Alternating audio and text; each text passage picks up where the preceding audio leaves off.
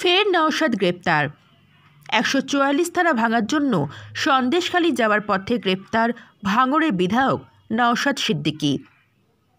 Science সিটির কাছ থেকে গ্রেপ্তার করা হয়েছে ভাঙড়ের বিধায়ককে। মঙ্গলবার সন্দেশখালী যাওয়ার জন্য রওনা হন আইএসএফ বিধায়ক। ঘটনাস্থল থেকে 62 কিলোমিটার দূরে তাকে 144 ধারা দেখিয়ে আটকানো হয় বলে অভিযোগ। তারপরেই গ্রেপ্তার করা হয়।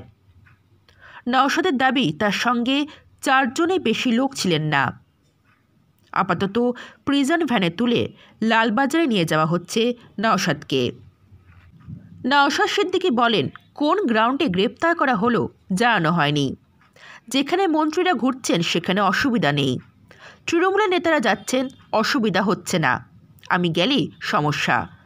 আর 144-এ কোনো নোটিশও দেখাতে পারেনি এরা।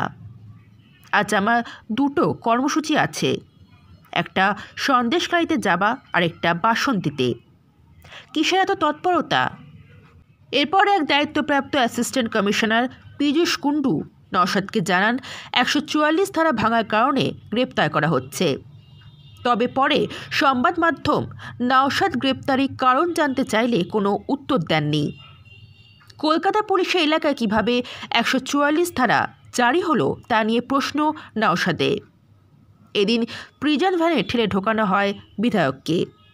এরপর সংবাদ মাধ্যমের দিকে নওশাদ এগিয়ে আসার চেষ্টা করলে বন্ধ করে দেওয়া হয় ভ্যানের গেট। রিপোর্টে রিয়েল ইন্ডিয়ান টিভি, দেখতে চোখ রাখুন, সঙ্গে থাকুন।